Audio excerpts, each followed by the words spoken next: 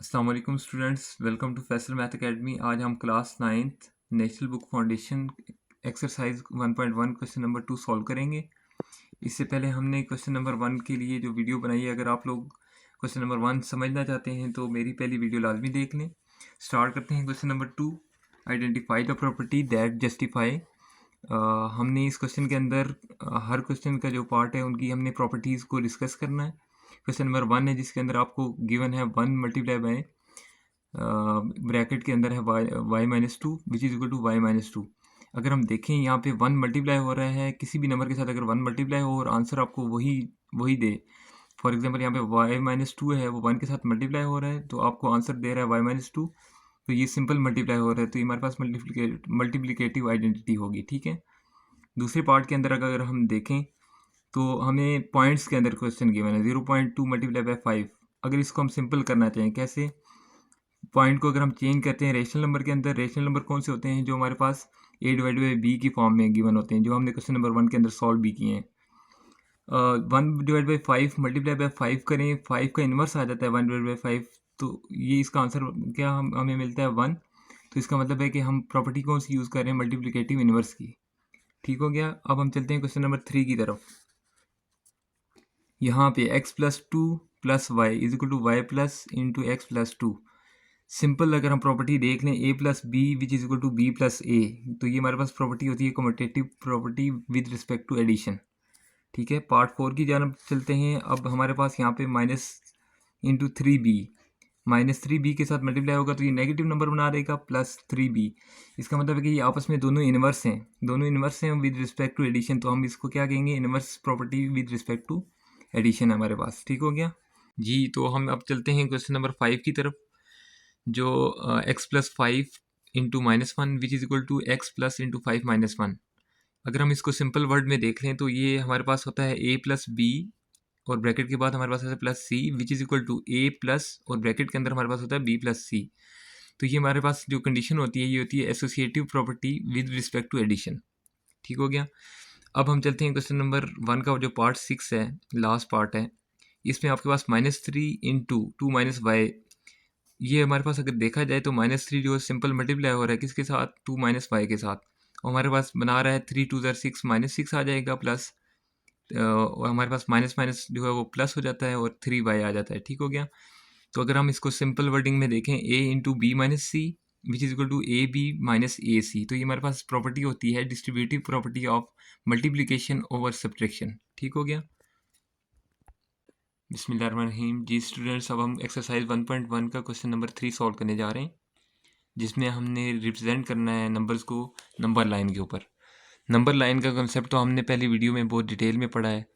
अब हम number line के ऊपर जिस तरह हमने क्वेश्चन नंबर 1 में कुछ नंबर्स को रिप्रेजेंट किया था, इसी तरह यहाँ पे हम रिप्रेजेंट करेंगे। सिर्फ यहाँ पे फ़र्क क्या आएगा, हमारे पास कुछ कंडीशंस होंगी कि कौन से नंबर किस नंबर से छोटे हैं और कौन से नंबर किस नंबर से बड़े हैं। यहाँ पे अब देखा जाए तो कह रहा है कि ज़ीरो जो है वो जो एक्स नंबर है वो ज़ीरो से क्या है? लेस देन है, मतलब कि ये नेगेटिव साइड हमारा जो है ना इसका नंबर लाइन ड्रा होगी। चलिए चेक कर लेते हैं। अब हमारे पास ये नंबर लाइन है जिसके ऊपर मैंने नंबर लिख दिए हैं 1 2 3 4, और नेगेटिव साइड भी मैंने -1 -2 -3 और -4 लिख दिया है। अब जो नंबर ज़ीरो है इससे हमने लेफ़्ट साइड पे इसको क्या करना है? रिप्रेजेंट करना है। यहाँ पे हमारा क्या है? ज़ीरो है, तो इसका मतलब है कि ये लाइन बनेगी हमारी नेगेटिव वाली साइड पे। क्यों? क्योंकि हमारा जो एक्स है वो क्या है? ज़ीरो से लेस देन है। अगर एक्स होता ग्रेटर देन ज़ीरो से तो हम फिर इसको पॉजिटिव वाली साइड लेके जाते, लेकिन यहाँ पे इसने कंडीशन जो दी है वो क्या है? ज़ीरो से लेस देन है एक्स, तो हम इसको नेगेटिव वाली साइड पे जो है वो रिप्रेजेंट कर देंगे जी। तो हमारे पास नेक्स्ट पार्ट है जो वो है -3 जो है एक्स से क्या है? लेस देन है, और +3 से जो एक्स की वैल्यू है वो लेस देन है। ठीक है। अब इसको चेक कर लेते हैं। -3 से लेके हमारे पास जो +3 तक है ये एक लाइन बन रही है। ठीक है। कहने का मकसद ये है कि जो -3 है वो एक्स से क्या है? लेस देन है। जो लेस देन होगी वो ज़ीरो से हमारे पास नेगेटिव साइड पे चला जाएगा नंबर। इसी तरह से उसने कहा कि जो 3 है वो ग्रेटर देन है एक्स से, तो अगर ग्रेटर देन है तो ज़ीरो से राइट साइड चला गया। अगर इसको दूसरी तरह कंडीशन में पढ़ें तो होगा क्या? एक्स जो है वो लेस देन 3 है, तो ये जो पॉजिटिव 3 है उससे क्या है? हमारा एक्स लेस देन है। अब हमारे पास पार्ट 3 है जो x इज़ ग्रेटर देन और इक्वल टू -8। इसका ये मतलब है कि हमारे पास जो -8 की वैल्यू है 0 से लेफ़्ट साइड पे, ठीक है।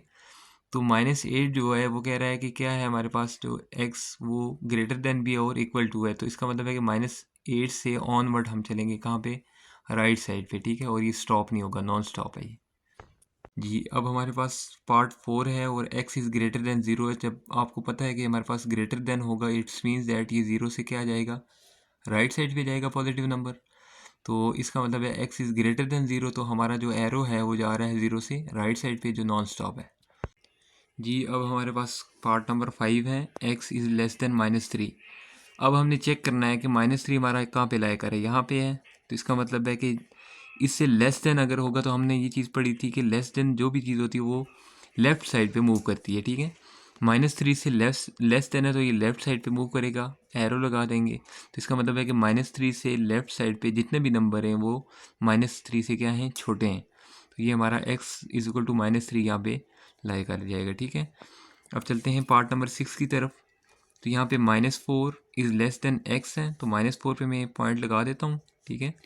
और इसने कहा है कि जो x है वो लेस देन और इक्वल टू +4। इसका मतलब है कि यहाँ पर -4 से लेके +4 तक हमारा जो है वो पॉइंट बनेगा, क्या, x इज लेस देन -4 और इक्वल टू +4।